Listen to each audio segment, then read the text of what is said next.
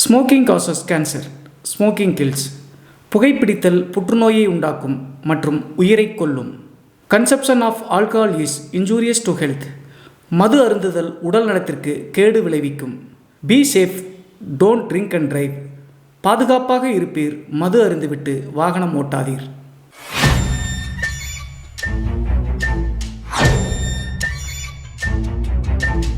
Hi everybody, நான் உங்கள் Siva. Welcome to our channel.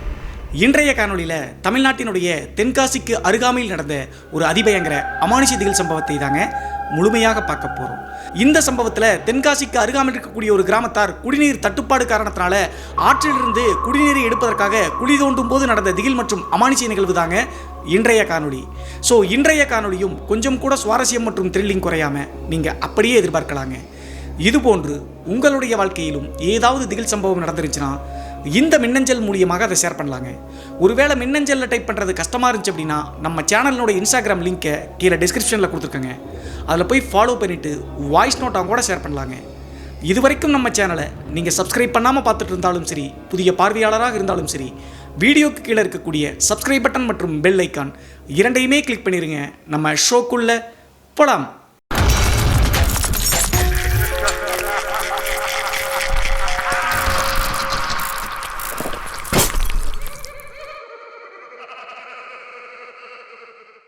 இந்த அமானுஷ சம்பவம் நான் ஏற்கனவே சொன்ன மாதிரி தமிழ்நாட்டினுடைய தென்காசியிலிருந்து ஒரு 15 கிலோமீட்டர் தள்ளி இருக்கக்கூடிய அழகிய கிராமத்தில் 2001 காலகட்டத்தில் நடந்த திகில் நிகழ்வு தாங்க இந்த நிகழ்வு. இந்த சம்பவத்தை நம்மளுக்கு மின்னஞ்சல் மூலியமாக ஷேர் பண்ணது கோகிலா அப்படிங்கிற நம்ம சேனலுடைய சப்ஸ்கிரைபருங்க. இந்த நிகழ்வு 2001 காலகட்டத்தில் இவங்களுடைய தூரத்து சொந்தக்காரராக இருக்கக்கூடிய ஒரு நபரினுடைய குடும்பத்தில் நடந்ததுங்க. அப்படி என்ன நடச்சு அப்படின்னு சொல்லி பார்த்தா 2001 காலகட்டத்தில் குடிநீர் தட்டுப்பாடு ரொம்ப அதிகமாக இருந்திருக்குங்க. அது மட்டும் இல்லாமல் அந்த வருடத்தில் மழை ரொம்ப கம்மியாக பெஞ்ச காரணத்தினால கிராமத்திற்கு குடிநீர் இல்லாமல் ரொம்ப கஷ்டப்பட்டாங்க. அதற்கடுத்து அந்த கிராமத்தார் ஒரு முக்கியமான டிசிஷன் எடுக்கிறாங்க. அது என்ன அப்படி சொல்லி பார்த்தா இவங்க இருக்கக்கூடிய அந்த கிராமத்திலிருந்து 2 கிலோமீட்டர் தள்ளி போனோம் அப்படின்னா ஆறு இருக்குங்க. அந்த ஆற்றிலிருந்து குடிநீருக்கு தேவையான தண்ணியை கொண்டு வரலாம் அப்படின்னு சொல்லிட்டு திட்டம் திட்டுறாங்க. எல்லாரும் அதை அனுமதிச்சு ஆற்றிலிருந்து கிராமத்திற்கு குடிநீர் கொண்டு வருவதற்காக குழிகளை தோண்ட ஆரம்பிக்கிறாங்க. அப்படி தோண்டக்கூடிய அந்த குழிகள் மூலியமாக பைப் லைனை அமைச்சு நேராக தண்ணீரை கொண்டு வந்துட்டோம் அப்படின்னா எந்தவித பிரச்சனையும் இருக்காது அப்படின்னு சொல்லிட்டு அந்த வேலையில ஈடுபட ஆரம்பிக்கிறாங்க. இதுல ஒரு முக்கியமான விஷயம் என்ன அப்படி சொல்லி பார்த்தா அந்த பைப் லைனை அமைப்பதற்காக குழி தோண்டக்கூடிய அந்த கிராமத்தாருக்கு ஊதியம், அதாவது சம்பளம் கொடுத்தாங்க. அதே மாதிரி தான் இந்த வேலை நடந்துட்டு இருக்கும்போது கோகிலாவினுடைய தூரத்து சொந்தக்காரருங்க, அவருடைய பேர் பேச்சிமுத்து. அதற்கடுத்து பேச்சிமுத்துனுடைய நண்பர் துரைசாமி, அப்புறம் குமரலிங்கம், இந்த 3 பேரும் சேர்ந்து ஒரு நாள் அந்த ஆற்றிலிருந்து கிராமத்துக்கு வரக்கூடிய குடிநீர் பைப்புக்கு தேவையான குழிகளை தோண்டிட்டு இருந்தாங்க. அப்படி தோண்டிட்டு இருக்கும்போது அந்த பேச்சிமுத்து அப்படிங்கிற அந்த நபருக்கு ஒரு முக்கியமான பொருள் ஒன்று கிடைச்சிருக்குங்க. அது என்ன அப்படி சொல்லி பார்த்தா அந்த பைப் லைனுக்காக குழி தோண்டிட்டு இருக்கும்போது குழிக்குள் இருந்து ஒரு பொம்மை ஒன்று அழகா இருந்திருக்குங்க. அந்த பொம்மையை பார்த்த உடனே பேச்சிமுத்துவுக்கு ரொம்ப பிடிச்சு போச்சுங்க.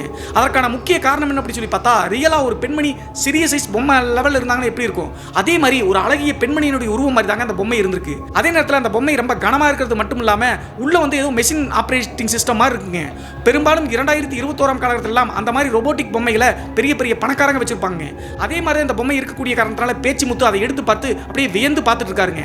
அந்த டைம்ல கூட இருக்கக்கூடிய நண்பர்களான துரைசாமி மற்றும் குமரலிங்கம் 2 பேரும் பார்த்துட்டு இந்த பொம்மையை வீட்டுக்கு எடுத்துட்டு போக வேண்டாம் அப்படின்னு சொல்லியிருக்காங்க. எதற்காக சொன்னாங்க அப்படின்னு சொல்லி பார்த்தா அந்த பொம்மையை எடுத்து பார்த்துக்கூடிய பேச்சிமுத்துனுடைய முகம் மாற்றம் ஏற்படுறதை இவங்க 2 பேரும் நோட் பண்ணியிருக்காங்க. அது மட்டும் இல்லாமல் அந்த பொம்மையை எடுத்து கையில் வச்ச அடுத்த செகண்டே பேச்சிமுத்துனுடைய உடம்புல பயங்கரமான வியர்வை கொட்டி முகமே ஒரு வாடி போன மாதிரி இருக்குங்க. இது எல்லாத்தையுமே பார்த்துட்டு தான் அந்த 2 நண்பர்கள் இந்த பொம்மையில் ஏதோ பிரச்சனை இருக்கு, எடுத்துட்டு போக வேண்டாம் அப்படின்னு சொல்லிட்டு நண்பர்கள் சொல்லியிருக்காங்க. ஆனால் அப்படி இருந்தாலும் கூட பேச்சிமுத்துவுக்கு அந்த பொம்மையை வீட்டுக்கு எடுத்துட்டு போகணும் அப்படின்னு சொல்லிட்டு முடிவெடுத்துட்டாருங்க. அதற்கான முக்கிய காரணம் பேச்சிமுத்துவுக்கு அந்த டைம்ல 4 வயதுல ஒரு ஆண் குழந்தை இருந்திருக்குங்க. அந்த பையனுக்கு இந்த பொம்மையை கொடுத்தா சந்தோஷப்படுவா அப்படின்னு சொல்லி நினைச்சிட்டு தன்னுடைய நண்பர்கள்ட்ட வீட்டுக்கு எடுத்துட்டு போற அப்படின்னு சொல்றாருங்க.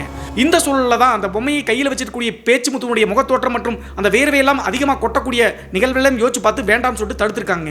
ஆனா இருந்தாலும் பேச்சிமுத்து அதையெல்லாம் கேட்காம கடைசியாக அந்த பொம்மையை எடுத்துட்டு வீட்டுக்கே வந்து சேர்ந்துட்டாருங்க. வீட்டுக்கு வந்த உடனே பேச்சிமுத்து தன்னுடைய 4 வயது ஆண் குழந்தைக்கு அந்த பொம்மையை கொடுத்துருக்காருங்க. வீட்டில் எவ்வளவோ பொம்மைகள் இருந்தாலும் கூட அந்த பொம்மையை கையில் வாங்கின அடுத்த செகண்டே எல்லா பொம்மைகளையும் தூக்கி போட்டு அந்த ஒரு பொம்மையோட மட்டுமே விளையாண்டுட்டே இருந்தாங்க. இதை பார்த்து பேச்சிமுத்து மற்றும் அவருடைய மனைவியினுடைய பேர் லட்சுமிங்க 2 பேரும் வியந்து பார்த்தாங்க. எதற்காக இந்த பொம்மையை மட்டும் இவ்வளவு ஸ்பெஷலா கேர் எடுத்து நம்ம மகன் விளையாடுறா அப்படின்னு சொல்லிட்டு சாயந்தரம் ஒரு 5 மணி 6 மணி தோராயமாக தாங்க வேலையெல்லாம் முடிச்சுட்டு அந்த பொம்மையை எடுத்து போய் தன்னுடைய மகன் கிட்ட கொடுத்துருக்காரு. அதற்கடுத்து இரவு 7 மணி 8 மணி தோராயமாக சாப்பிட்டு முடிச்சுட்டு வில்லேஜ்ல எல்லாம் பெரும்பாலும் 8:30 மணி 9 மணிக்கெல்லாம் கதவை சாத்தி தூங்க ஆரம்பிச்சிருவாங்க. அதே மாதிரி தான் இந்த பேச்சிமுத்து மற்றும் லட்சுமி அப்புறம் அந்த 4 வயது பையன் 3 பேரும் பார்த்தீங்கன்னா சாப்பிட்டு தூங்க ஆரம்பிக்கிறாங்க. இவங்களுடைய வீட்டை பற்றி சொல்லணும் அப்படின்னா கிராமத்துல எல்லாம் எப்படி இருக்கும்னு சொல்லி தெரியும் இல்லையா, ஓட்டு வீடு தாங்க. இருந்தாலும் கூட வீட்டுக்குள்ள 3 தடுப்பா வந்து பிரிச்சிருக்காங்க. ஒரு ஹாலு, அப்புறம் சின்னதா ஒரு பெட்ரூம் இருக்குங்க. அது பெட்ரூம் சைஸ்ல இருந்தாலும் கூட அங்க யாரும் தூங்குறது கிடையாது. ஸ்டாக் மாதிரி பொருட்கள் எல்லாம் அவங்க யூஸ் பண்ணிக்கிறாங்க. இன்னொன்று வந்து பார்த்தீங்கன்னா ஒரு சின்ன சாமி ரூம் இருக்குங்க. அதற்கு பக்கத்திலேயே கிச்சன் ஒன்று சிறிய அளவு இருக்கு. இந்த மாதிரி இருக்கக்கூடிய அமைப்பு தாங்க இந்த பேச்சிமுத்துவினுடைய வீடு. அந்த வீட்டில் ஹாலில் தான் வந்து பார்த்தீங்கன்னா பாயை விரிச்சு 3 பேரும் படுத்து தூங்க ஆரம்பிக்கிறாங்க. எப்போதுமே அந்த 4 வயது குழந்தையை வந்து கட்டி அணைச்சிட்டு லட்சுமி தாங்க தூங்க வைப்பது வழக்கம். அதே மாதிரி சாப்பாடெல்லாம் ஊட்டி விட்டு தூங்க வச்சிட்டாங்க. நள்ளிரவு ஒரு 1 மணி 1:30 மணி தோராயமாக இருக்குங்க. அப்போது பேச்சிமுத்துவுக்கு ஒரு பயங்கரமான கனவு வருதுங்க. பெரும்பாலும் பேச்சிமுத்துவுக்கு வந்து பார்த்தீங்கன்னா கனவு வருவதெல்லாம் அரிதுதாங்க. ஆனால் அன்றைய நாள் இவருக்கு வரக்கூடிய கனவு கொஞ்சம் வித்தியாசமா இருந்திருக்குங்க. அது என்ன அப்படின்னு சொல்லி பார்த்தா, அந்த பொம்மையை எடுத்துட்டு வரும்போது தன்னுடைய நண்பர்கள் தடுத்தாங்க. அதற்கடுத்து வந்து பார்த்தீங்கன்னா தூங்குற வரைக்கும் அந்த பொம்மையை தன்னுடைய குழந்தை விளையாடுவதெல்லாம் பார்த்துட்டு இருந்தாரு. ஸோ இதையெல்லாம் யோசிச்சு பார்த்தா அவருடைய சப்கான்ஷியஸ் மைண்ட்ல இருந்தா இந்த ட்ரீம்ஸ் வந்திருக்க மாட்டேங்க. அறிவியல் அப்படி தான் சொல்லுது. பெரும்பாலும் வந்து பார்த்தீங்கன்னா ஒரு கனவு வருது அப்படின்னா அதை பற்றி நம்மளுடைய ஆள் மனதை யோசிச்சுட்டு இருந்தால் தான் அது வெளிப்படும் சொல்லுவாங்க. அதே மாதிரி தான் வெளிப்பட்டுச்சா அல்லது வேற ஏதாவது காரணமா அப்படின்னு சொல்லி தெரியலங்க. இந்த வீடியோவை தொடர்ந்து பாருங்க, உங்களுக்கு புரியும். அப்படி என்ன கனவு வந்துச்சு அப்படின்னு சொல்லி பார்த்தா, தூங்கிட்டு இருந்த பேச்சிமுத்துவுக்கு நைட்டு வந்து பார்த்தீங்கன்னா அவருடைய மகன் அந்த பொம்மையோடு விளையாண்டு இருந்தார்ல, அது திரும்ப கனவா வருதுங்க. பேச்சிமுத்து மற்றும் அவருடைய மனைவியான லட்சுமி பக்கத்தில் பாய் விரிச்சு படுத்திருக்காங்க. ஒரு 5 அடி 6 அடி தள்ளி அந்த 4 வயது குழந்தை பொம்மையோடு சேர்ந்து நல்லா சிரிச்சு விளையாண்டு இருக்குங்க. அது மட்டும் இல்லாம பெண் வடிவில் இருக்கக்கூடிய அந்த பொம்மை என்ன பண்ணுது அப்படின்னு சொல்லி பார்த்தா, ரோபோட்டிக் பொம்மை மாதிரி இருக்குன்னு சொன்னேன் இல்லையா. கனவுல வந்து அந்த குழந்தை வந்து சிரிச்சுக்கிட்டே கையை தூக்குச்சுன்னா அந்த பொம்மையும் கை தூக்குது, காலை தூக்குச்சுன்னா அந்த பொம்மையும் சேர்த்து காலை தூக்குதுங்க. அந்த குழந்தை என்னெல்லாம் செய்தோ அதே மாதிரி திரும்ப அந்த பொம்மையும் செய்கிற மாதிரி கனவு வருதுங்க. இதை கனவு மூலியமாக பார்த்த பேச்சிமுத்து டக்குன்னு முழிச்சு எந்திரிச்சிட்டாருங்க. எந்திரிச்சு பார்க்கும்போது தான் இவருக்கு ஒரு பெரிய ஷாக்குங்க. என்ன ஆச்சு அப்படி சொல்லி பார்த்தா, கனவுல என்ன நடச்சோ அது ரியலா நடக்கிறத நேரில் கண்ணெதிர்க்க பார்க்கறாருங்க. தன்னுடைய 4 வயது குழந்தைய லட்சுமி வந்து பார்த்தீங்கன்னா பக்கத்தில் படுக்க வச்சிருந்தாங்கல்ல, இப்போது அந்த குழந்தை வந்து படுக்கையில அவங்க அம்மா பக்கத்தில் இல்லைங்க. ஒரு 5 அடி 6 அடி இவங்க படுத்திருக்கக்கூடிய இடத்துல இருந்து தள்ளி போய் அந்த பொம்மையோட அந்த ஆண் குழந்தை விளையாண்டு இருக்குங்க. இதை பார்த்த உடனே பேச்சிமுத்து அந்த பொம்மையையும் அந்த குழந்தையுமே பார்த்துட்டு இருக்காருங்க. அப்போது கனவுல பார்த்த மாதிரியே இவருடைய மகன் வந்து பார்த்தீங்கன்னா கையை தூக்குனார் அப்படின்னா அதுவும் கையை தூக்குது, காலை தூக்குனார் அப்படின்னா அந்த பொம்மையும் காலை தூக்குதுங்க. இதை பார்த்த உடனே டக்குன்னு ஷாக்கானாலும் கூட பேச்சிமுத்து என்ன புரிஞ்சுக்கிட்டார் அப்படின்னு சொல்லி பார்த்தா, அந்த பொம்மையை வாங்கும்போது அது பிளாஸ்டிக் தாங்க, டேமேஜ் எல்லாம் ஆகல. ஸோ உள்ள வந்து பார்த்தீங்கன்னா கனமாக இருக்கக்கூடிய காரணத்தால் ஏதோ ரோபோட்டிக் பொம்மையாட்டு இருக்கு, பணக்காரங்க பயன்படுத்தக்கூடிய பொம்மையாட்டு இருக்கு, அதனால தான் குழந்தை செய்கை காமிக்கிற மாதிரி அதுவும் பண்ணுது அப்படின்னு சொல்லிட்டு நினைச்சிட்டாருங்க. இருந்தாலும் கூட இது கொஞ்சம் வித்தியாசமா இருக்கு அப்படின்னு சொல்லிட்டு பக்கத்தில் படுத்திருந்த தன்னுடைய மனைவியையும் எழுப்பிட்டாருங்க. லட்சுமி மற்றும் பேச்சிமுத்து 2 பேரும் எந்திரிச்சு அந்த பொம்மை மற்றும் குழந்தை 2 பேர்த்தையும் பார்க்குறாங்க. அவங்க 2 பேரும் பார்க்கும்போது மறுபடியும் அந்த குழந்தை செய்யக்கூடிய செய்கைகள் அனைத்தையுமே அந்த பொம்மையும் செஞ்சுட்டு இருக்குங்க. அப்போது லட்சுமிக்கு கொஞ்சம் பயம் ஏற்பட்டுருச்சுங்க. என்ன அந்த பொம்மை இப்படி பண்ணுது அப்படி சொன்ன உடனே இவர் வந்து சொல்லி சமாளிச்சிருக்காருங்க. ஏதோ பணக்காரங்க பயன்படுத்தக்கூடிய பொம்மையாட்டு இருக்கு, உள்ள வந்து ஏதோ மெக்கானிசம் இருக்க மாட்டிருக்கு, அதன் மூலியமா தான் அந்த பொம்மை இப்படி செயல்படுது அப்படி சொல்லிட்டு சொல்லி சமாளிச்சிட்டாருங்க. இப்படி இருக்கும்போது லட்சுமி அடுத்த கேள்வி கேட்கறாங்க. பெரும்பாலும் 8 மணி 8:30 மணிக்கு தன்னுடைய ஆண் குழந்தை படுத்தாங்க அப்படின்னா காலையில் 4:30 மணி அங்கே எந்திரிக்கிறதுக்கு. ஆனால் அன்றைய நாள் 1 மணி 1:30 மணி தான் ஆச்சு. எப்படி எந்திரிச்சு போய் அந்த பொம்மையோட விளையாண்டு இருக்கு அப்படி சொல்லிட்டு இப்படி கேள்வி கேட்கறாங்க தன்னுடைய கணவரை. இதை கேட்ட உடனே தன்னுடைய மனைவி கிட்ட பேச்சிமுத்து என்ன சொல்றாரு அப்படின்னு சொல்லி பார்த்தா, வாங்கும் போதே ரொம்ப ஆர்வமா அந்த பொம்மையோட விளையாண்டு இருந்தான், நம்ம தூங்க வச்சிட்டோம், முதல் முறை அப்படிங்கிற காரணத்தினால அந்த பொம்மையில் மேல இருக்கக்கூடிய ஆர்வம் காரணத்தினால இப்படி நைட் எந்திரிச்சு விளையாடுவான் இருக்கு, இது தப்பு கிடையாது அப்படி சொல்லிட்டு இப்படி சொல்லி சமாளிச்சிட்டாருங்க. அதையும் வந்து லட்சுமி அக்செப்ட் பண்ணிட்டு தன்னுடைய ஆண் குழந்தையை கூப்பிட்டு படுக்க வச்சு மறுபடியும் தூங்கிட்டாங்க. அடுத்த நாள் காலையில் எந்திரிச்சு எப்போதும் போல அன்றாட வேலைகள்லாம் செஞ்சு முடிச்சு பேச்சிமுத்து வேலைக்கு போயிட்டாருங்க. சாயந்தரம் 5 மணி 6 மணிக்கு வந்த உடனே அந்த ரொட்டீன் இருக்கும் இல்லையா, டின்னர்லாம் சமைச்சு முடிச்சுட்டு எப்போதும் போல அந்த ஹாலில் பாய் விரிச்சு அடுத்த நாள் படுத்து தூங்க ஆரம்பிக்கிறாங்க. ஆனா அன்றைய நாள் தான் இன்னும் ஒரு பயங்கரம் நடக்க போகுது அப்படி சொல்லிட்டு அந்த தம்பதிகளுக்கு தெரியாதுங்க. என்ன நடந்துச்சு சொல்லி பார்த்தா, எப்போதும் போல டின்னர்லாம் சாப்பிட்டு முடிச்சுட்டு அந்த ஹாலில் பாய் விரிச்சு படுத்து தூங்க ஆரம்பிச்சிட்டாங்க. முன்னாடி நாள் இரவு எப்படி நடச்சோ அதே மாதிரி 1:30 to 2 மணிக்குள்ள தாங்க இருக்கும். அந்த ரூம்குள்ள பயங்கரமான சிரிப்பு சத்தம் கேட்டு டக்குன்னு லட்சுமி அப்படிங்கிற அந்த பெண்மணி தாங்க எந்திரிக்கிறாங்க. எந்திரிச்சு பார்க்கும்போது பயங்கரமான அதிர்ச்சிங்க. முன்னாடி நாள் நடந்த மாதிரியே அந்த குழந்தை வந்து பார்த்தீங்கன்னா எந்திரிச்சு அந்த பொம்மையோடு கைகால்களை ஆட்டிட்டு விளையாண்டுட்டு இருக்குங்க. அந்த பொம்மையும் வந்து பார்த்தீங்கன்னா அதற்கான எதிர்வினைகளே ஆட்டிட்டு இருக்கு. இதை பார்த்த உடனே லட்சுமிக்கு பயம் ஏற்பட்டுச்சுங்க. அந்த பொம்மை வந்து நேற்று சாயந்தரம் தான் வந்துச்சு. அப்போதுலேருந்தே அடுத்த நாள் பகல் அப்புறம் இன்னைக்கு நைட்டு அந்த பையன் வந்து சாப்பிட்றதே கிடையாதுங்க. 3 நேரமும் சாப்பாடை ஊட்டி விட்டோம் அப்படின்னா சாப்பிட்டுக்குவான். அது மட்டும் இல்லாமல் மற்ற பொம்மைகள் மேலே இருக்கக்கூடிய ஆர்வம் வந்து இந்த பொம்மை மேலே ரொம்ப அதிகமாக இருந்திருக்குங்க. இதெல்லாம் யோசிச்சு பார்த்துட்டு ஏதோ தப்பாக இருக்கு அப்படின்னு சொல்லிட்டு யோசிச்சு தன்னுடைய கணவரை எழுப்பி விட்டாங்க. என்னங்க இன்னைக்கு நம்ம பையன் தூங்காமல் அந்த பொம்மையோடு விளையாண்டுருக்கா அப்படின்னு சொல்லிட்டு எழுப்பி காமிக்கிறாங்க. உடனே தூக்கத்திலிருந்து எந்திரிச்ச பேச்சிமுத்துக்கு ஒண்ணுமே புரியலிங்க. முன்னாடி நாள் தான் இப்படி பண்ணா, இன்னைக்கும் அப்படி பண்றானே அப்படி சொல்லிட்டு யோசிச்சுட்டு அந்த பொம்மையை எடுக்கும்போது தன்னுடைய நண்பர்கள் சொன்னாங்க இல்லையா, அது இவருக்கு ஞாபகம் வந்துருச்சுங்க. ஒருவேளை ஏதோ தப்பா இருக்க மாட்டிருக்கு, நாளைக்கு காலையில் இந்த பொம்மையை எடுத்து போய் எடுத்த இடத்துலயே போட்டு வந்துடும் அப்படின்னு சொல்லிட்டு பேச்சிமுத்து அப்படியே திக்கு தெரியாம அந்த காட்சியை பார்த்துக்கிட்டே இப்படி மனசுக்குள்ள நினைக்கிறாங்க. அப்போதே லட்சுமி தன்னுடைய கணவர்கிட்ட இந்த பொம்மையை எங்கிருந்து வாங்கிட்டு வந்தீங்க அப்படின்னு சொல்லிட்டு கேட்கறாங்க. மறைக்க முடியாத இந்த பேச்சிமுத்து என்ன பண்றாரு அப்படின்னா, இந்த பொம்மையை நான் காசு கொடுத்தலாம் வாங்கிட்டு வரல, ஆற்றுப்படுகை ஓரத்தில் அந்த குழி தோண்டும் போது கிடச்சு, அங்கிருந்து அந்த பொம்மையை கொண்டு வந்து அப்படி சொன்ன உடனே லட்சுமிக்கு தூக்கி தூக்கி வாரி போட்டுச்சுங்க. அவங்களுக்கு இந்த அமானுஷங்கள் ஆவிகள் மேலையெல்லாம் நம்பிக்கை இருக்குதுங்க. அது மட்டும் இல்லாமல் அந்த ஆற்றுப்படுகை ஓரத்தில் பைப் லைனுக்காக குழி தோன்றாங்க இல்லையா, முன்னாடி காலத்துலலாம் வந்து பார்த்தீங்கன்னா அந்த ஏரியா ஃபுல்லாக சுடுகாடாக இருந்துச்சுங்க. ஸோ அந்த இடத்துல தான் இந்த பொம்மையை கொண்டு வந்து பையனை கொடுத்து அப்படி சொல்லிட்டு திட்டிட்டு காலையில் எடுத்து போய் எடுத்த இடத்துலேயே போட்டு வந்து அப்படி சொல்லிட்டு சொல்கிறாங்க. சரி நான் எடுத்து போய் காலையில் போட்டுற அப்படி சொல்லிட்டு ரெண்டு பேத்தையும் படுக்க சொல்லிட்டாருங்க. அதற்கு பிறகு விடிய விடிய பேச்சு முத்து தூங்கவே இல்லைங்க. காலையில் ஒரு 8 மணி 9 மணி தோராயமாகவே அந்த பொம்மையை எடுத்துட்டு எந்த இடத்துல எடுத்தாரோ அந்த இடத்துக்கு பக்கத்தில் போயிட்டு அங்கே பெரிய ஒரு மரம் ஒன்று இருக்குங்க. அந்த மரத்துக்கு பக்கத்தில் வீசிட்டு திரும்ப வீட்டுக்கு வந்துட்டாருங்க. இனிமேல் எந்த பிரச்சனையும் இருக்காது அப்படி சொல்லிட்டு அந்த தம்பதிகள் யோசிச்சாங்க. இதில் ஒரு முக்கியமான விஷயம் என்ன அப்படி சொல்லி பார்த்தா, அந்த பொம்மையை அந்த பையன்கிட்ட இருந்து புடுங்கி எடுத்துட்டு போறதுக்குள்ள போதும் ஆயிடுச்சுங்க. அந்த பொம்மையை விடாப்புடியா இழுத்து பிடிச்சிட்டு கொடுக்கவே மாட்டேங்கிறாங்க. பயங்கரமா அழுகிறான் பேச்சு முத்துனுடைய மகன் 4 வயது பையன். ஸோ எப்படியோ கட்டாயப்படுத்தி தான் அந்த பொம்மையை எடுத்து போய் தூக்கி எடுத்த இடத்துலயே வீசிட்டு வந்துட்டாருங்க. அடுத்த நாள் நடந்தது தான் இன்னும் அதிபயங்கரம் அப்படி சொல்லலாங்க. அந்த பொம்மையை ஏற்கனவே தூக்கி வீசிட்டு வந்த காரணத்தினால இனி எந்த பிரச்சனையும் இருக்காது அப்படின்னு சொல்லிட்டு கணவன் மனைவி நிம்மதியாக தூங்குறாங்க. அப்படி தூங்கிட்டு இருக்கும்போது முன்னாடி நாள் நடந்த மாதிரியே தாங்க மறுபடியும் நடக்குது. என்ன ஆச்சு அப்படின்னு சொல்லி பார்த்தா, நள்ளிரவு நேரத்தில் 2 பேரும் தூங்கிட்டு இருக்காங்க. திடீர்னு மறுபடியும் அந்த ஆண் குழந்தை சிரிக்கக்கூடிய சத்தம் கேட்குதுங்க. சடனாக 2 பேரும் முழிச்சு எந்திரிச்சு பார்க்கும்போது உடம்பே நடுங்கி போச்சுங்க பேச்சு முத்து மற்றும் லட்சுமிக்கு. என்ன ஆச்சு அப்படின்னு சொல்லி பார்த்தா, அந்த தூக்கி வீசிட்டு வந்த அந்த பொம்மை இப்போது மறுபடியும் அந்த ஹால் பக்கத்தில் அந்த குழந்தையோடு விளையாண்டுட்டு இருக்குங்க. இதை பார்த்த உடனே மிரண்டு போயிட்டாங்க. நம்ம தூக்கி வீசின பொம்மை இங்க எப்படி வந்துச்சு அப்படின்னு சொல்லிட்டு பயந்துகிட்டே இப்படி உளறாருங்க பேச்சு முத்து தன்னுடைய மனைவியிட்ட கேள்வி கேட்கிறாரு. ஆனா லட்சுமி என்ன திங்க் பண்றாங்க அப்படின்னு சொல்லி பார்த்தா, இத்தனை பொம்மைகள் இருக்கும்போது இந்த பொம்மை மேல மட்டும் நம்ம மகன் ஏன் இப்படி ஆர்வமா இருக்கா அப்படின்னு சொல்லிட்டு அப்படியே இப்படி திருப்பி கேட்கறாங்க. கன்ஃபியூஸ் ஆயிட்டாங்க 2 பேருமே. நம்மளாம் என்ன நினைப்போம், 2 கிலோமீட்டர் தூரம் தூக்கி வீசின பொம்மை திருப்பி எப்படி வந்து சொல்லிட்டு பயந்து போயிடுவான். ஆனா இவங்க வந்து பார்த்தீங்கன்னா அதை பெருசா எடுத்துக்காம அசால்ட்டா தாங்க நினைச்சிருக்காங்க. காலையில மறுபடியும் எடுத்து போய் எங்கேயாவது தூரமா இருக்கக்கூடிய இடத்துல போட்டு வந்தாலும் அப்படின்னு சொல்லிட்டு முடிவெடுத்து விடிய விடிய 2 பேரும் அந்த குழந்தை விளையாடக்கூடிய விஷயத்தையே பார்த்துட்டு இருக்காங்க. ஒரு 1 மணி நேரம் வரைக்கும் அந்த பொம்மையோட குழந்தை விளையாண்டு அதற்கு பிறகு அந்த பொம்மையை கட்டி பிடிச்சிட்டு பாயில் வந்து படுத்துக்குச்சுங்க. குழந்தை நல்லா தூங்கின பிறகு அந்த பொம்மையை தனியாக எடுத்து வச்சுக்கிட்டாங்க. காலையில் 4:30 மணிக்கு அந்த குழந்தை எந்திரிச்சு மறுபடியும் அந்த பொம்மையை தான் கை கட்டி கேட்குது. 4 வயது அப்படிங்கும்போது குழந்தைகள் வந்து ஓரளவுக்கு நல்லாவே பேசும். ஸோ அந்த பொம்மை வேணும் அப்படின்னு சொல்லிட்டு கேட்குதுங்க. உடனே பேச்சு முத்து மற்றும் அவங்களுடைய மனைவி அந்த பொம்மை நம்மகிட்ட இல்லையே, காக்கா தூக்கிட்டு போயிடுச்சு அப்படின்னு சொல்லிட்டு அந்த குழந்தையை இப்படியோ சொல்லி சமாளிச்சிருக்காங்க. அடுத்த நாள் காலையில் ஒரு 10 மணி 10:30 மணி வரைக்கும் இந்த பேச்சு முத்து தூங்கிட்டே இருந்திருக்காருங்க. காலையில் எப்போதுமே 6 மணி 7 மணிக்கெல்லாம் வந்துருச்சு 9 மணிக்கெல்லாம் வேலை கிளம்பிடுவார். ஆனால் 10 மணி வரைக்கும் தூங்கின காரணத்தினால லட்சுமி போய் தட்டி எழுப்புறாங்க பேச்சு முத்துவை. அப்போதுதான் பேச்சு முத்துவை தொட்ட லட்சுமிக்கு ஒன்று புரியுதுங்க, பயங்கரமான காய்ச்சல் இருக்கு. அதே நேரத்தில் இந்த பொம்மையை வேறு தூக்கிட்டு போய் போடணுமே. உடனே வந்து பார்த்தீங்கன்னா எழுப்பி விட்டு என்னமாச்சு உடம்பெல்லாம் கொதிக்குது, இந்த பொம்மையை எடுத்து போய் வண்டியில் எடுத்து போய் போட்டுவாங்க, அப்புறம் நம்ம ஹாஸ்பிட்டல் போயிட்டு வரலாம் அப்படின்னு சொல்றாங்க. சரின்னு சொல்லிட்டு யோசிச்சு பேச்சு முத்து இந்த பொம்மை வந்த காரணத்தினால தான் இவ்வளவு பிரச்சனைகள் நடக்குது அப்படின்னு சொல்லிட்டு யோசிச்சுட்டு அந்த பொம்மையை கையில் எடுத்துட்டு வாசப்படி தாங்க தாண்டாரு. வாசப்படி ரொம்ப சிம்பிளாக தாங்க இருக்கும். அந்த வீடு கட்டுறதுலேருந்து அவர் ஒரு நாள் கூட தடிக்கு கீழே விழுந்ததே கிடையாதுங்க. ஆனால் அன்றைய நாள் முதல் வாசப்படியை வீட்டினுடைய உள் சைடு இருந்து எடுத்து வச்ச அடுத்த செகண்டேங்க குப்பரக்கு விழுந்து அப்படியே சில்லுமும் குடஞ்சு மூஞ்சியெல்லாம் அடிபட்டுருச்சுங்க. இதில் ஒரு முக்கியமான விஷயம் என்ன அப்படி சொல்லி பார்த்தா, பேச்சு முத்து வந்து பார்த்தீங்கன்னா வீட்டினுடைய உள் சைடு மொத படிக்கட்டு எடுத்து வைக்கும்போது வெளி சைடு பக்கத்து தான் குப்பரக்கு விழுந்திருக்காரு. ஆனால் கையில் வச்சிருந்த பொம்மை மட்டும் எப்படி வந்து வீட்டுக்குள்ளே வந்து விழுந்துச்சுனே தெரியலீங்க. விழுகிற வேகத்தில் அப்படியே தூக்கி உள்ளே வந்துருச்சாட்டுங்க அந்த பொம்மையினுடைய வேலையை அப்படின்னு நினைக்கலாம்.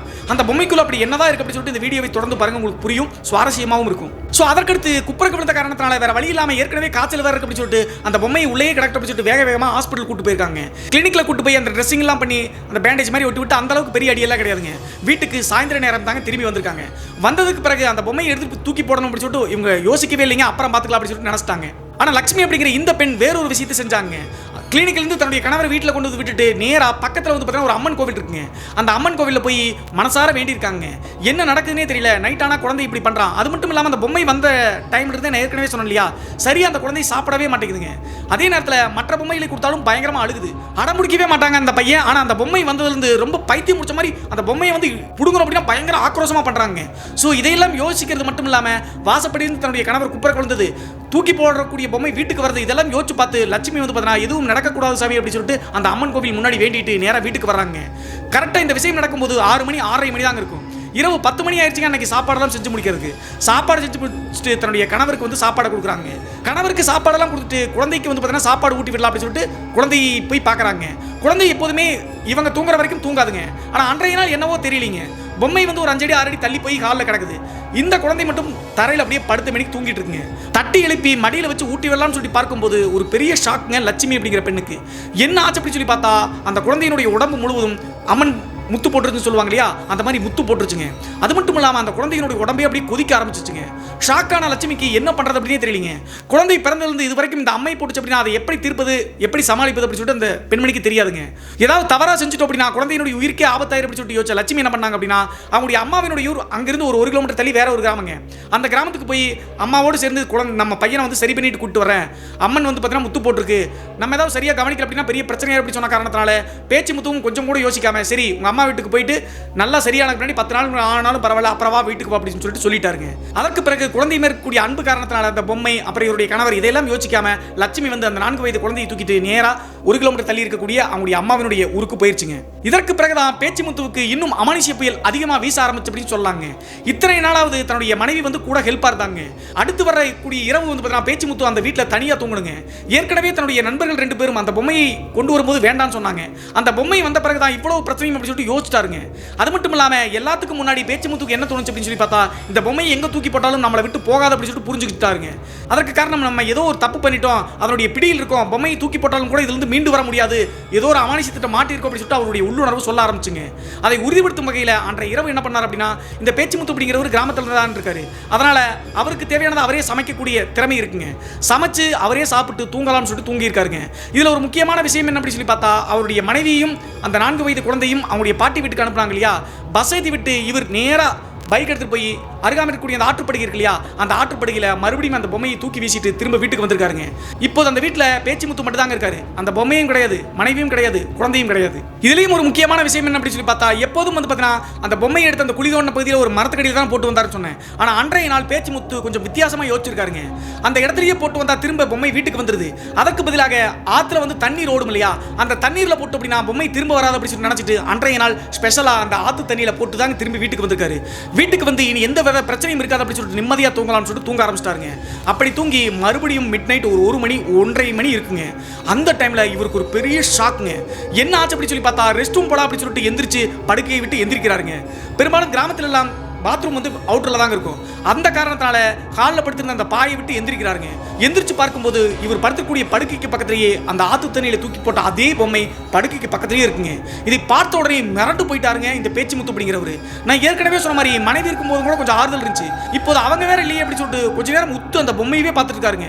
இவருடைய மனசில் இருக்கிறதெல்லாம் என்ன அப்படி சொல்லி பார்த்தா இத்தனை முறை இந்த பொம்மையை தூக்கி போட்டும் கூட திரும்ப திரும்ப எப்படி நம்மளுடைய வீட்டுக்குள்ள வருது அப்படி சொல்லிட்டு யோசிச்சுட்டே இருக்காருங்க. அப்போதான் தன்னுடைய வாழ்நாளில் பார்க்கவே முடியாத ஒரு பயங்கரமான காட்சியை இந்த பேச்சு முத்து அப்படிங்கிறவர் பார்க்கறாருங்க. என்ன ஆச்சு அப்படின்னு சொல்லி பார்த்தா அந்த பொம்மையை சிலை மாதிரி பார்த்துட்டு இந்த பேச்சு முத்துக்கு அடுத்து என்ன நடந்துச்சு அப்படின்னு சொல்லி பார்த்தா அந்த பொம்மை வந்து பார்த்தீங்கன்னா ஒரு அடி சைஸுக்கு தாங்க இருக்கு, கொஞ்சம் அளவுக்கு பெரிய பொம்மை தான்.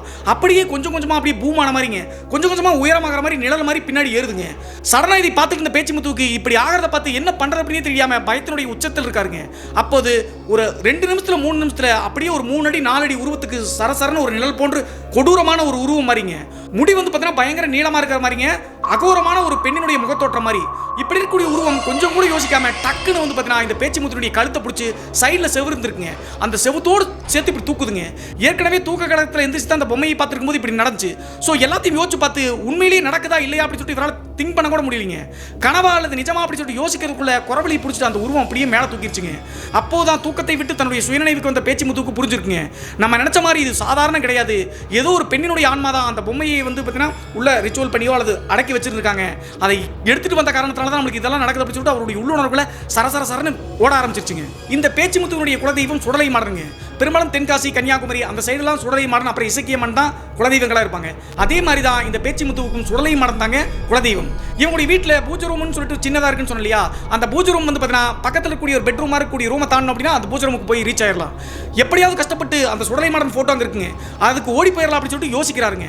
ஆனால் அதற்குள்ளவே அந்த கன்னி பெண்ணுடைய உருவத்தோட்டத்தில் கூடிய நிழல் போன்ற உருவம் அப்படியே பேச்சு முத்துவனுடைய கழுத்தை பிடிச்சி மேலே தூக்குதுங்க. கஷ்டப்பட்டு எப்படியோ தப்பிச்சு வேகமாக ஓட்டம் பிடிச்சி அந்த சுடலை மாடன் பூஜை ரூமுக்கு வந்துட்டாருங்க.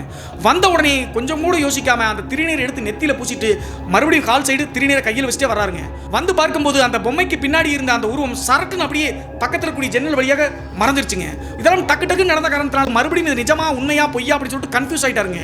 அதற்கு பிறகு கொஞ்ச நேரம் நிதானிச்சுட்டு பார்க்கும்போது தான் புரிஞ்சுக்குங்க, இவருடைய உள்ளுணர்வு சொன்ன மாதிரி ஏதோ ஒரு பெண்ணினுடைய ஆன்மாவை இந்த பொம்மையில வச்சு அடைச்சு ஏதோ மாந்திரிகம் பண்ணியிருப்பாங்களா இருக்கு. அந்த பொம்மையை தோண்டி திரும்ப கொண்டு வந்த காரணத்தினால இதெல்லாம் நடக்குது அப்படின்னு சொல்லிட்டு அவருடைய உள்ளுணர்வு சொல்ல ஆரம்பிச்சிருச்சுங்க. அதற்கு பிறகு விடிய விடிய அந்த பொம்மைக்கு பக்கத்தில் போகாம அந்த பூஜை ரூம்லயே உட்கார்ந்திருக்காருங்க. இதுல ஒரு குறிப்பிடப்பட வேண்டிய விஷயம் என்ன அப்படின்னு சொல்லி பார்த்தா 2003 காலகட்டத்துக்கு மேல தான் இந்த செல்போன் அப்படிங்கிறது கொஞ்சம் கொஞ்சமா தலை தூக்க ஆரம்பிச்சுங்க. இந்த சம்பவம் நடந்தது 2001 காலகட்டத்தில். அதே நேரத்தில் பேச்சுமுத்து வந்து பார்த்தீங்கன்னா தன்னுடைய நண்பர்கள்ட்ட இதை திரும்ப சொன்ன அப்படின்னா கண்டிப்பா திட்டுவாங்க. ஏற்கனவே அதை வீட்டுக்கு கொண்டு போவேன்னு சொன்னமல்லடா அப்படின்னு சொல்லிட்டு பேசுவாங்க.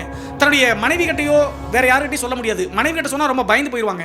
எல்லாத்தையும் யோசிச்சு பார்த்துட்டு இதை நம்மளே சரி பண்ணணும் அப்படின்னு சொல்லிட்டு நினைச்சிட்டாருங்க. அடுத்த நாள் காலையில விடியற வரைக்கும் தூங்காமையே பூஜை ரூம் பக்கத்திலேயே உட்கார்ந்து காத்திருந்து காலையில நல்லா விடிஞ்ச உடனே அந்த பொம்மையை மறுபடியும் எடுத்துட்டு திருநீரெல்லாம் பட்டை அடிச்சுட்டு தனக்கு எதுவும் ஆபத்து வரக்கூடாது அப்படின்னு சொல்லிட்டு அந்த பொம்மையை எடுத்த மரம் இருக்கு இல்லையா, மரத்துக்கு பக்கத்தில் தூக்கி வீசிட்டு திரும்பி பார்க்காம வீட்டுக்கு வந்துட்டாருங்க. இவருடைய அடுத்த திட்டம் என்ன அப்படின்னு சொல்லி பார்த்தா மறுபடியும் இந்த பொம்மை அடுத்த நாள் இரவுக்கு வந்துச்சு அப்படின்னா அது எந்த வழியா வருது அப்படின்னு சொல்லிட்டு தைரியத்தை வரவழைச்சு பாத்திரணும் அப்படின்னு சொல்லிட்டு முடிவெடுத்தாருங்க. அதே மாதிரி அடுத்த நாள் இரவு பேச்சுமுத்து சாப்பாடெல்லாம் சாப்பிட்டு முடிச்சுட்டு மெயின் டோருக்கு பக்கத்தில் ஒரு சின்ன ஜன்னல் இருக்குங்க. நான் ஏற்கனவே சொன்ன மாதிரி ஓட்டு வீடு தானே, காற்றுக்காக வந்து பார்த்தீங்கன்னா முன்னாடி என்ட்ரன்ஸ்ல ஜன்னல் இருக்கும். காம்பவுண்ட்ல வந்து பார்த்தீங்கன்னா சின்ன கேட் மாதிரி இருக்கு. அந்த கேட் வழியா காத்துட்டு இருந்திருக்காருங்க. விடிய விடிய தூங்காம எப்படி தான் உள்ள வருதுன்னு பார்க்கலாம் அப்படின்னு சொல்லிட்டு கரெக்டா ஒரு 2 மணி வரைக்கும் வெயிட் பண்ணி கேட்டையே பார்த்துட்டு இருக்காருங்க. இவங்களுடைய வீட்டை சுத்தி காம்பவுண்ட் எப்படி இருக்கு அப்படின்னு சொல்லி பார்த்தா பெரும்பாலும் கிராமங்கள் எல்லாம் மூங்கில் தப்பைகள் இருக்கு இல்லையா, அதை வந்து நட்டு வச்சு காம்பவுண்ட் மாதிரி அமைச்சுக்குவாங்க. அதே மாதிரி தான் இவங்க நட்டு வச்சிருக்காங்க. காம்பவுண்ட் திறக்கக்கூடிய அந்த கதவுகள் வந்து பார்த்தீங்கன்னா தகர சீட்டு வச்சு மாதிரி தான் அடிச்சிருக்காங்க. பூட்டெல்லாம் கிடையாதுங்க. நாய் கோழி பூனை எல்லாம் உள்ள வந்துட்டு போற மாதிரி சந்து இருக்கும். சோ இப்படி இருக்கக்கூடிய அந்த வீட்டுக்குள்ள உட்கார்ந்து ஜன்னல் வழியா அந்த காம்பவுண்டையே பார்த்துட்டு இருக்காருங்க. 2 மணி வரைக்கும் அந்த பொம்மை வந்து திரும்ப வராத காரணத்தால படுக்க போலாமா அப்படி சொல்லிட்டு அந்த ஜன்னலை விட்டு கொஞ்சம் விலக பார்த்துருக்காருங்க. அப்போதான் இவருடைய கண்களுக்கு இன்னொரு பயங்கரமான காட்சிங்க. என்ன ஆச்சு அப்படின்னு சொல்லி பார்த்தா அந்த பொம்மை இவர் நினைச்ச மாதிரியே அந்த காம்பவுண்டுக்குள்ள இருந்து வீட்டை நோக்கி வாசலை நோக்கி வருதுங்க. எப்படி வருது அப்படி சொல்லி பார்த்தா தானா வரலீங்க. ஏற்கனவே பேச்சுமுத்துக்கு ஒரு டவுட் இருந்துச்சுங்க. இந்த பொம்மை வீட்டுக்குள்ள வருது அப்படின்னா நாயோ பூனையோ அதை ஏதாவது கொண்டு வந்து போட்டாதான் பையன் வந்து அதை பார்த்துட்டு போயிட்டு திரும்பி கொண்டு வந்து வீட்டுக்குள்ள விளையாடுறா அப்படின்னு சொல்லிட்டு இத்தனை நாள் நினைச்சிருந்தாங்க. அதே மாதிரி தாங்க ஒரு கருப்பு நிற பெரிய பூனைங்க. அந்த பூனை வந்து பார்த்தீங்கன்னா அந்த பொம்மையை வாயில கவ்விக்கிட்டு அந்த கேப் இருக்குன்னு சொன்ன கதவு வழியாக அது வழியாக உள்ள வருதுங்க. கதவு பக்கத்தில் வந்துட்டு அங்கிட்டு மிங்கிட்டு அந்த பூனை சுத்தி பார்க்குதுங்க. இந்த காட்சியை பார்த்த உடனே நார்மலாக இருந்தாலும் கூட பேச்சுமுத்துக்கு உடம்பே நடுக்குதுங்க. ஏன்னா பூனை வந்து பார்த்தீங்கன்னா நார்மல் சைஸை விட கொஞ்சம் பெரிய சைஸ் மாதிரி தாங்க இருக்கு. அதற்கு பிறகு அந்த பொம்மையை வாயில கவிட்டு இருந்த பூனை நேராக வாசல் பக்கத்தில் வந்துட்டு ஓட்டு வீடு அப்படிங்கிற காரணத்தினால செவுத்துக்கும் அந்த ஓடு இறக்கக்கூடிய இடத்துக்கும் கேப் இருக்கும், ஒரு அடி கேப்.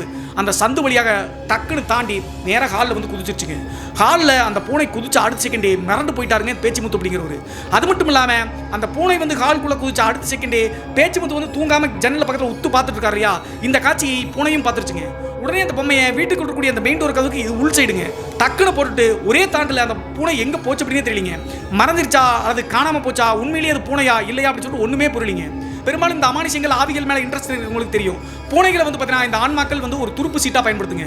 அதனுடைய உடலமைப்பு வந்து பார்த்தீங்கன்னா இது ஆக்குபை பண்ணி தாங்க இந்த வேலைகள் எல்லாம் செய்யும். அதனால தான் பூனைகளை வந்து பார்த்தீங்கன்னா பில்லி சூனியம் கருப்பு பிளாக் மேஜிக் எல்லாத்துக்கும் பயன்படுத்துவாங்க.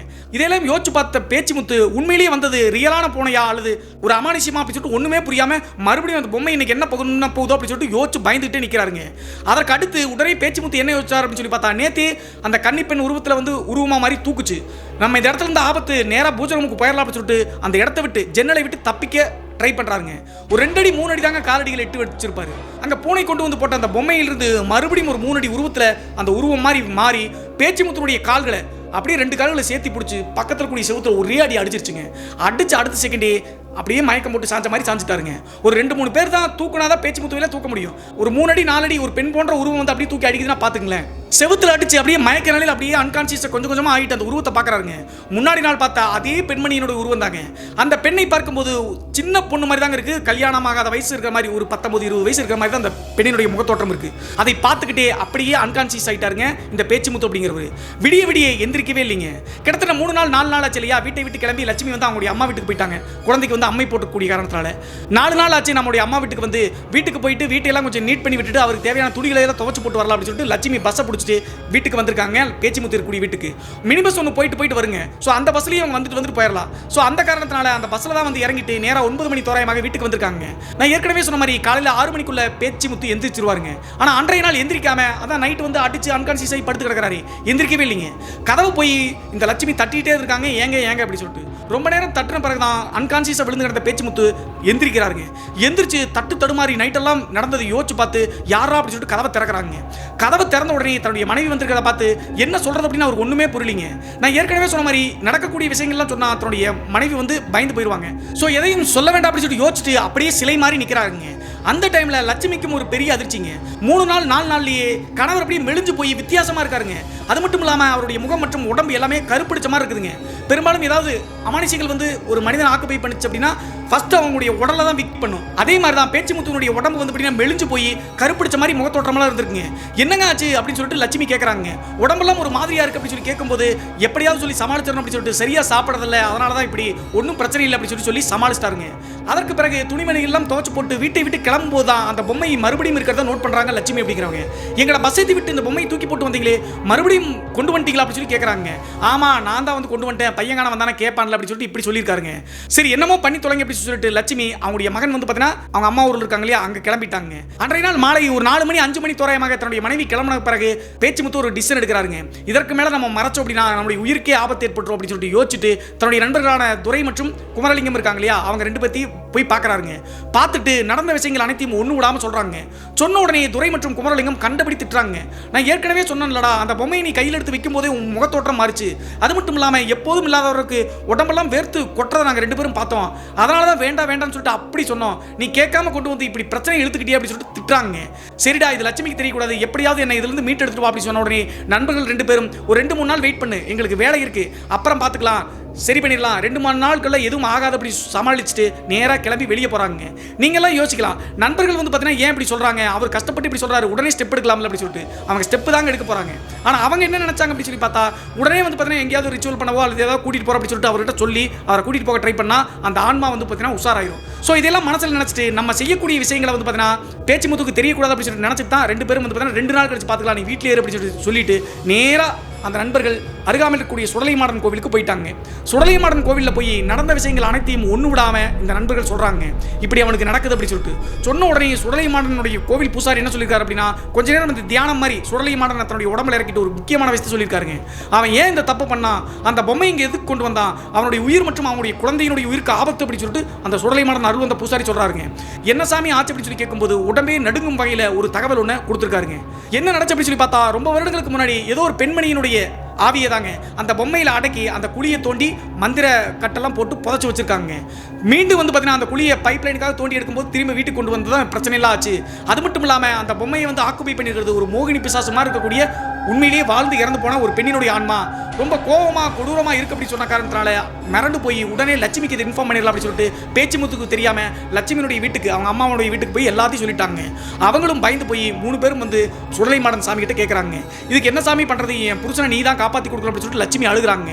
அப்போது அந்த பூசாரி என்ன சொல்கிறார் அப்படின்னு சொல்லி பார்த்தா அவங்க போனது புதன்கிழமை, இன்னும் 2 நாள் மட்டும் வெயிட் பண்ணு, வெள்ளிக்கிழமை சாயந்தரம் எப்போதுமே அந்த சுடலைமாடன் கோவிலில் வந்து பார்த்தீங்கன்னா சிறப்பு பூஜை நடக்கும். அதே நேரத்தில் மறுபடியும் வந்து பார்த்தீங்கன்னா சுடலைமாடன் அருள் வந்து நிறைய பேருக்கு வந்து பார்த்தீங்கன்னா அந்த பிரச்சனைகளை தீர்த்து விடுவார். அன்றைய நாள் எப்படியோ கஷ்டப்பட்டு பேச்சுமுத்துக்கிட்ட கோயிலுக்கு தான் போகிறோம் அப்படின்னு சொல்லாமல் வேற ஏதாவது சொல்லி இங்கே கூட்டிட்டு வந்துருங்க கம்பல் பண்ணி, அதற்கு பிறகு நான் பார்த்துக்கிறேன் அப்படின்னு சொல்லிட்டு அந்த கோவில் பூசாரி சொல்லியிருக்காருங்க. அது மட்டும் இல்லாமல் கோவில் பூசாரி அந்த கோவிலை விட்டு 3 பேரும் கிளம்பி போகும்போது இங்கே வந்துட்டு போனது பேச்சுமுத்துக்கு எக்காரணத்தை கொண்டும் தெரியக்கூடாது, லட்சுமி வந்து பார்த்தீங்கன்னா அந்த பையன் இருக்கக்கூடிய அம்மாவனுடைய வீட்டுக்கே போயிரு, அதே மாதிரி நீங்கள் 2 பேரும் இங்கே போயிட்டு வந்தேன்னு சொல்லாதீங்க, வெள்ளிக்கிழமை அன்னைக்கு இவங்க நண்பர்கள்ட்ட சொல்லியிருக்காங்க ஏதாவது ஒரு இடத்துக்கு போகலாம்னு சொல்லிட்டு பேச்சுமுத்துவை மனசை மாற்றி இங்கே கூட்டிட்டு வந்துருக்க அப்படி சொல்லி அனுப்பிட்டாங்க. அதே மாதிரி 2 நாள் தானே எந்த வித பிரச்சனையும் இருக்காது அப்படி சொல்லிட்டு லட்சுமி வந்து பார்த்தீங்கன்னா அவங்களுடைய அம்மாவுடைய ஊருக்கு போயிட்டாங்க. தன்னுடைய கணவரை பற்றியே நினைச்சிட்டு இருக்காங்க எதுவும் நடத்தக்கூடாது அப்படி சொல்லிட்டு. அதே மாதிரி நண்பர்களும் பேச்சுமுத்துவை அங்கங்கே வாட்ச் பண்ணிட்டு தாங்க இருக்காங்க.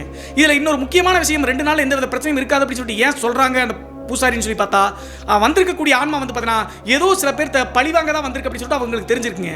ஸோ சில நபர்களை பழிவாங்கணும் அப்படின்னா 2 நாள் தான் சாத்தியப்படாது.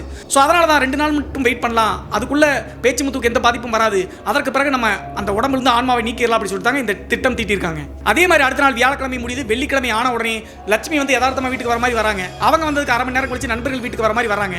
இதில் இன்னொரு முக்கியமான விஷயம் என்ன அப்படி சொல்லி பார்த்தா எனக்கு இப்படியெல்லாம் நடக்குது காப்பாத்துங்கடா அப்படி சொல்லிட்டு பேச்சுமுத்து சொல்லும்போது அந்த ஆன்மாவினுடைய உடம்பு இருக்கிறது இல்லைங்க. பெரும்பாலும் இரவு நேரத்தில் மட்டும் தான் பேச்சுமுத்துனுடைய உடம்பை ஆக்குபை பண்ணிக்கங்க, மற்ற நேரத்தில் பேச்சுமுத்து நார்மலாக தாங்க இருக்காரு. ஸோ இதையெல்லாம் இந்த 3 பேரும் யோசித்தாங்க. அப்போது அவங்களுடைய மனைவி உள்ள வந்த உடனே தனியாக வந்து பேச்சுமுத்து கூப்பிடுற மாதிரி கூப்பிட்டு வாடா ஒரு இடத்துக்கு போகணும் வேலைக்காக கூப்பிட்டுருக்காங்க அப்படி சொன்ன காரணத்தினால போயிட்டு அமௌண்ட் மட்டும் பேசி முடிச்சுட்டு வந்துடலாம் அப்படி சொன்ன காரணத்தினால பேச்சுமுத்துவும் சரின்னு சொல்லிட்டு வெளியே கிளம்புறாருங்க நண்பர்கள் சொல்றதை நம்பி.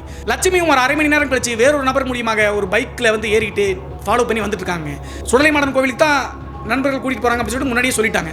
பேச்சிமுத்துவை வந்து கூட்டிட்டு போகும்போது நடந்தெல்லாம் கூட்டிட்டு போகலீங்க, பைக்கில் தான் கூட்டு போயிருக்காங்க. குமரலிங்கம் வந்து பைக் ஓட்டிட்டு இருக்காரு, நடுவில் வந்து பேச்சிமுத்து, அதற்கு பின்னாடி துரை இருக்காரு. ஸோ எப்படியோ கண்ட்ரோல் பண்ணி தான் அந்த சுடலைமாடன் கோவில் பக்கத்தில் அந்த டேர்னிங்ல திரும்பும்போது உஷாராயிருச்சுங்க அந்த ஆன்மா. அங்கிருந்து பைக்கை கீழே தள்ளிவிட்டு 3 பேர்த்தையும் தள்ளிவிட்டு ஓட்டம் முடிச்சு ஓடுறாருங்க பேச்சிமுத்து அப்படிங்கிறவர். எப்படியோ கஷ்டப்பட்டு சுதாரிச்சுட்டு ஏற்கனவே இப்படிலாம் நடக்க போகுதுன்னு தெரியும், பூசாரி அலர்ட் பண்ணிட்டாரு. கோவிலுக்குள்ள வற்புறுத்தி கஷ்டப்பட்டு கொண்டு வந்து உட்கார வச்ச பிறகு அப்படியே பேச்சிமுத்தினுடைய உடம்புல அந்த பெண்ணினுடைய ஆன்மா இறங்கிருச்சாட்டுருங்க. அவருடைய உடம்புல இருக்கக்கூடிய ஆன்மா என்ன சொல்லுது அப்படின்னு சொல்லி பார்த்தா, வருடங்கள் தெரியலீங்க, 20 வருடங்களுக்கு மேலே தான் இருக்கு அப்படின்னு சொல்லிட்டு சொல்றாங்க. ஒரு பெண் வந்து பார்த்தீங்கன்னா ஒரு பையனை காதலிச்சிட்டு இருக்காங்க. நான் ஏற்கனவே சொன்னேன் இல்லையா, தமிழ்நாட்டில் இந்த கேஸ்ட் பிரச்சனை பெரிய பிரச்சனையா இருக்கு. ஆக்குபை பண்ணிருக்கக்கூடிய அந்த பெண்ணினுடைய வயது 19 வயதாங்க சாகும்போது. ரொம்ப வசதியான பெண், ஆனால் காதலிச்ச பையன் வந்து பார்த்தீங்கன்னா ரொம்ப புவர் ஃபேமிலி. ஸோ அந்த பெண்ணினுடைய வீட்டில் அந்த பையனை வந்து காதலிக்காத வேண்டாம் அப்படின்னு சொல்லிட்டு எவ்வளவோ சொல்லியிருக்காங்க, கேட்கவே மாட்டேங்கிட்டாங்க இந்த பெண். ஸோ கடைசியாக அந்த பெண்ணினுடைய வீட்டார் வந்து பார்த்தீங்கன்னா அந்த பையனுக்கான காதலிச்சுக்கான ஓடி போயிட்டா அப்படின்னா குடும்பத்திற்கு பெரிய அவமானம் ஏற்பட்டு அப்படின்னு நினைச்சிட்டு அந்த பெண்ணை வீட்டில் செத்தாலும் பரவாயில்ல அப்படின்னு சொல்லிட்டு ஒரு ரூமில் போட்டு அடைச்சு சாப்பாடு தண்ணி கொடுக்காம 4 நாள் விட்டாங்க. 4 நாள் வந்து கதறி கூப்பாடு போட்டிருக்காங்க. ஆனால் யாருமே காப்பாற்ற முடியாத காரணத்தினால கடைசியாக சாப்பாடு தண்ணி இல்லாமல் வேதனையில் அப்படியே அந்த உயிரை விட்டாங்க இந்த ரூம்குள்ளேயே. அதற்கு பிறகு தன்னுடைய ஆள்பலம் மற்றும் பணபலத்தையெல்லாம் வச்சு அந்த பெண்ணை இயற்கை மரணம் மாதிரி எடுத்து போய் புதைச்சிட்டாங்க. அப்படி புதைக்கப்பட்ட அந்த பெண் மறுபடியும் வந்து தன்னுடைய குடும்பத்தாரை பழிவாங்குவதற்காக நிறைய டைம் வந்து பார்த்தீங்கன்னா இந்த குடும்பத்தாரை சுற்றி பயங்கர கொடூரமாக பண்ணியிருக்குங்க. அந்த பெண்ணினுடைய வீட்டார் பயந்து போய் ஒவ்வொருத்தரா ஊரை காலி பண்ணிட்டு போனாங்க. கடைசியாக எங்க போனாலும் தப்பிக்க முடியாது அப்படின்னு சொல்லி தெரிஞ்சுக்கிட்ட அந்த குடும்பத்தார் எல்லாரும் ஒன்று சேர்ந்து ஆன்மாவை கட்டுப்படுத்தணும்னு சொல்லிட்டு ஒரு பெரிய மாந்திரிகவாதியை கூப்பிட்டு வந்து, அப்போது வந்து பார்த்தீங்கன்னா இவங்க பெரிய வசதியான குடும்பமாக தான் இருந்திருக்காங்க. அங்கே இருக்கக்கூடிய ஒரு குழந்தைக்கு வாங்கி கொடுத்த பொம்மை தான் இந்த பொம்மை. அந்த கன்னி பெண்ணுடைய ஆன்மாவை அந்த பொம்மையினுடைய இதில் அடைச்சு வந்து பார்த்தீங்கன்னா இவங்க குழி தோண்டும் போது ஒரு இடம் இருந்துச்சு இல்லையா, அங்கே வந்து புதைச்சு அந்த மாந்திரியை கட்ட போட்டு விட்டுருக்காருங்க அந்த மாந்திரிகவாதி. ஸோ அப்படி என்ன மாந்திரியை கட்டு பண்ணி அந்த மண்ணில் புதைச்ச பிறகு நான் மீண்டு வர முடியாமல் இருந்தேன். கரெக்டாக இவர் தான் என்னை குழியிலிருந்து மீண்டெடுத்து வந்து வீட்டுக்கு கொண்டு வந்தார். அதற்கு பிறகு தான் மறுபடியும் அவங்கள பழிவாங்கணும் அப்படின்னு சொல்லிட்டு இந்த பையனுடைய உடம்பை ஆக்குபை பண்ண அப்படின்னு சொல்லிட்டு சொல்லுதுங்க. இதில் ஒரு முக்கியமான மெய்சிலிக்கக்கூடிய பிரச்சனை என்ன அப்படின்னு சொல்லி பார்த்தா, ஒரு நாள் வந்து லட்சுமிக்கு வந்து பார்த்தீங்கன்னா வீட்டில் நடக்கக்கூடிய பிரச்சனை எல்லாம் யோசிச்சு பார்த்து பக்கத்தில் கூடிய அம்மன் கோவிலில் போய் சாமி கும்பிட்டாங்க இல்லையா, என் குழந்தைக்கும் கணவருக்கும் எதுவும் வரக்கூடாது, இந்த பொம்மை வேற இப்படி இருக்கு அப்படின்னு சொல்லிட்டு அடுத்த நாள் தான் வந்து பார்த்தீங்கன்னா அந்த 4 வயது குழந்தைக்கு அம்மை போட்டுச்சு. அந்த அம்மை வந்து பார்த்தீங்கன்னா அந்த அம்மன் கோவிலில் போய் லட்சுமி வேணுன காரணத்தால தாங்க அந்த 4 வயது குழந்தை இந்த ஆவியினால் தாக்கப்படக்கூடாது, எந்தவித பிரச்சனையும் அந்த குழந்தைக்கு வரக்கூடாது அப்படின்னு சொல்லி நினச்சி தான் அம்மன் வந்து பார்த்தீங்கன்னா உடனே அம்மை போட்டு அந்த குழந்தையை காப்பாற்றி அவங்களுடைய பாட்டி வீட்டுக்கு அனுப்பியிருக்குங்க. அம்மை போட்டுச்சு அப்படின்னா மாரியாத்தா இறங்கிச்சுன்னு அர்த்தம். ஸோ அவங்க சொல்கிற வழக்கம் சொல்கிறேன். உடனே வந்து பார்த்தீங்கன்னா அந்த ஆவி வந்து அந்த குழந்தைய எதுவும் பண்ண முடியாதுல்ல. ஸோ அதை பேஸ் பண்ணி தான் அந்த அம்மன் வந்து இறங்கியிருக்கு, என்னுடைய அம்மா தான் இதெல்லாம் காப்பாற்றிருக்காங்க அந்த குழந்தைய அப்படின்னு சொல்லிட்டு சுடலைமாடன் கம்பீரமாக சொல்கிறாருங்க. இதில் ஒரு முக்கியமான விஷயம், இறந்து போன பெண் உயிரோடு இருக்கும்போது குழந்தைகள்னா ரொம்ப பிடிக்குமாங்க, நல்லா விளையாடுவாங்க. அந்த குணத்தோடு தான் வந்து பார்த்தீங்கன்னா இந்த பொம்மையினுடைய இதில் இருந்தாலும் கூட பேச்சிமுத்துனுடைய மகனோடு விளையாடுறதுக்கு காரணம் இதுதான். கடைசியாக அந்த அருள் வந்த பூசாரி, இப்போ நீ என்ன பண்ண போற, பேச்சிமுத்துனுடைய உடம்புலேருந்து நீ வெளியே போறையா இல்லையா அப்படின்னு சொல்லி கேட்கும்போது அந்த ஆன்மா என்ன சொல்லுது அப்படின்னு சொல்லி பார்த்தா, நான் இப்படி கொடூரமாக செத்தேன், என்னை கொன்ன அந்த குடும்பத்தார் எல்லாத்தையும் நான் கொன்னுட்டு தான் போவேன் அப்படின்னு சொல்லிட்டு வீம்பா பேசுதுங்க. ஆனால் உங்களுக்கெல்லாம் தெரியும் சுடலைமாடன் கிட்ட இந்த ஆவிகள் பேய்களினுடைய பேச்செல்லாம் வெளிப்படாது. ஆவிகளுக்கெல்லாம் அரசன் வந்து பார்த்தீங்கன்னா சுடலைமாடன் தான். நிறைய வீடியோக்குள்ள சொல்லியிருக்கேன், அவர்கிட்ட பேய் பிசாசுக்கெல்லாம் இடமே கிடையாதுங்க. கடைசியாக நீ சொல்றதை கேட்க மாட்டேங்கிற, நான் உன்னை பஸ்பமாக்கிடுவேன் அப்படின்னு சொல்லிட்டு பேசினதுக்கு பிறகு வீட்டில் இருந்த பொம்மையும் வந்து பார்த்தீங்கன்னா கொண்டு வர சொல்லியிருக்காருங்க கோவிலுக்கு. பொம்மையை கொண்டு வந்து அந்த பொம்மையை வந்து பார்த்தீங்கன்னா கோவில் முன்னாடி வச்சு அது மேலே கால் எடுத்து அந்த அருள் வந்த பூசாரி வச்சது தாங்க. அடுத்த செகண்டே தீ பற்ற வைக்கலைங்க, எதுவுமே பற்ற வைக்கல, டக்குன்னு வந்து தீ பிடிச்சி படன்னு அந்த பொம்மை எரியுதுங்க. எரிய பேச்சிமுத்துனுடைய உடம்புல இருக்கக்கூடிய அந்த ஆன்மா கதறுதுங்க, ஐயோ எனக்கு எரியுது அப்படி சொல்லிட்டு. கடைசியாக அந்த பொம்மை வந்து சாம்பலான அடுத்த செகண்டே பேச்சிமுத்து மயக்கம் போட்டு விழுந்துட்டாருங்க. நீங்க எல்லாம் புரிஞ்சுக்கணும், பேச்சிமுத்துனுடைய உடம்புல இருந்து அந்த ஆன்மா விலகிடுச்சுன்னு சொல்லிட்டு தெரிஞ்சுக்கலாம். எல்லாம் முடிஞ்ச பிறகு அந்த அருள் வந்த பூசாரி, நீ எந்த பிரச்சனையும் இருக்காது, அந்த ஆன்மாவை நான் கட்டுப்படுத்தி அழிச்சிட்டு அப்படி சொன்ன காரணத்தினால சந்தோஷத்தோடு அபிஷேக பூஜையெல்லாம் பண்ணிட்டு நேராக வீட்டுக்கு வந்திருக்காங்க. அந்த அருள் வந்த பூசாரி வாக்கு கொடுத்த மாதிரியே பேச்சிமுத்துவ அந்த ஆன்மாவோ அல்லது அந்த பொம்மையோ வீட்டுக்கும் வரல, ஆன்மாவும் ஆக்குபை பண்ணல. ஆனா அப்போதிலிருந்து இப்போது வரைக்கும் வருடம் பேச்சிமுத்துனுடைய மனைவி லட்சுமி இருக்காங்க இல்லையா, சுடலைமாடனுடைய ஒவ்வொரு வருடம் திருவிழா எடுப்பாங்க. திருவிழாவுக்கு ஒரு ஆட்டுக்கடை வந்து பார்த்தீங்கன்னா பலி கொடுத்து தன்னுடைய நேர்த்தி கடனை செலுத்திக்கிட்டே இருக்காங்களா அவங்க. ஒருவேளை சுடலைமாடன் மற்றும் அந்த அம்மனுடைய அருள் இல்லாமல் இருந்துச்சு அப்படின்னா இந்த குடும்பத்தில் அந்த குழந்தையோ அல்லது லட்சுமியினுடைய கணவர் பேச்சிமுத்துவோ இறந்திருக்க வாய்ப்பு இருக்கு அப்படின்னு சொல்லிட்டு இப்போதும் கோகிலா அப்படிங்கிற மின்னஞ்சல் எனப்பட பெண் சொல்லியிருக்காங்க. இந்த சம்பவத்தை அவங்ககிட்ட எல்லாத்தையும் பர்மிஷனோடு கேட்டு தான் உங்களுக்கு அனுப்பியிருக்கு அப்படின்னு சொல்லிட்டு சொல்லி முடிச்சாங்க கோகிலா அப்படிங்கிற பெண். அவங்களுக்கும் இந்த சம்பவத்தை அனுப்ப ஓகே சொன்ன மற்ற எல்லா நபர்களுக்கும் நன்றி சொல்லிட்டு இன்றைய காணொலியை இதோடு முடிச்சுக்கலாங்க. இன்றைய காணொலி பற்றிய உங்களுடைய கருத்து என்ன அப்படி சொல்லிட்டு மறக்காம கமெண்ட் பாக்ஸில் கமெண்ட் பண்ணுங்க. இது போன்று உங்களுடைய வாழ்க்கையிலும் ஏதாவது திகில் சம்பவம் நடந்துருச்சுன்னா இந்த மின்னஞ்சல் மூலியமாக ஷேர் பண்ணலாங்க. ஒருவேளை மின்னஞ்சலில் டைப் பண்ணுறது கஷ்டமாக இருந்துச்சு அப்படின்னா நம்ம சேனலோட இன்ஸ்டாகிராம் லிங்கை கீழே டிஸ்கிரிப்ஷனில் கொடுத்துருக்கேங்க, அதில் போய் ஃபாலோ பண்ணிவிட்டு வாய்ஸ் நோட்டாக கூட ஷேர் பண்ணலாங்க. மீண்டும் ஒரு த்ரில்லிங்கான அமானுஷ் எபிசோடுடன் உங்களை சந்திக்கும் வரை நான் உங்கள் சிவா.